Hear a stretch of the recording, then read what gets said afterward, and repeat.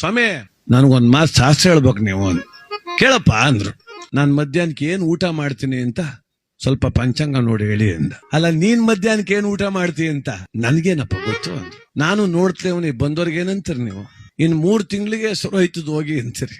3 ತಿಂಗಳಿಗೆ ಆಗುದ ಈಗಲೇ ಹೇಳ್ಬೇಕಾದ್ರೆ ಮಧ್ಯಾಹ್ನಕ್ಕೆ ಊಟ ಮಾಡೋದು ಹೇಳೋಕ್ಕಾಗಲ್ವಾ ಹೇಳಿ? ಏನಿಲ್ಲ ಹೋಗೋ ಮಧ್ಯಾಹ್ನ ಪೈಸಾ ಕುಡಿಯೋ ಯೋಗ ನಿನಗದೆ ಅಂದ್ರು. ಹೌದಾ ಸ್ವಾಮಿ, ಒಂದ್ ಚೀಟಿ ಬರ್ಕೊಟ್ಬಿಡಿ ಅಂದ್. ಅವ್ರ ಪಾಪ ಅದನ್ನೂ ಬರ್ದ್ಬಿಟ್ರು. ಮಧ್ಯಾಹ್ನ 2 ಗಂಟೆಗೆ ಪೈಸಾ ಕುಡಿತಿ ಅಂತ ಬರ್ದ್ರು. ಚೀಟಿ ಇಸ್ಕೊಂಡ್ ಮ್ಯಾಲಕ್ಕೆ ಎದ್ದ. ಹೆಂಗ್ ಹೇಳ್ದೆ ಪೈಸಾ ಕುಡಿತಿ ಅಂತ ನೀನು? ಹೆಂಗೂ ಚೀಟಿ ಬೇರೆ ಬರ್ಕೊಟ್ಟಿದೆ, ನಾನೇನ್ ಬಿಡೋ ಮಗ ಅಲ್ಲ ನಿನ್ನ.